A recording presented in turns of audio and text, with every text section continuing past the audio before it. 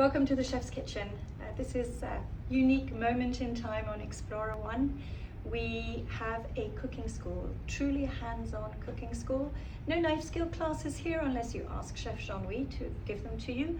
We would like you to bring home with you a memory of being with people who chose to live on Explora One as their home for one itinerary or two or three or more, and to come and spend time in an intimate moment with our chef, Jean-Louis Dumonet. He is a master chef of France. There are only 409 actively working in the world right now, and works alongside Chef Frank Garanger, who put together the food program with all of our colleagues for Explora for the entire crew of all of the ships that we have.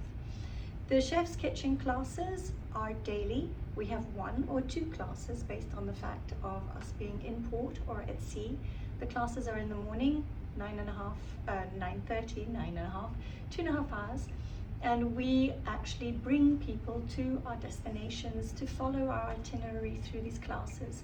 We have some that are city-centric or regional-centric. They're all anthropological, culturally, geographically seasoned and following our itinerary, or they are culturally cooking, culturally following our chef and the various colleagues that we have who showcase their foods.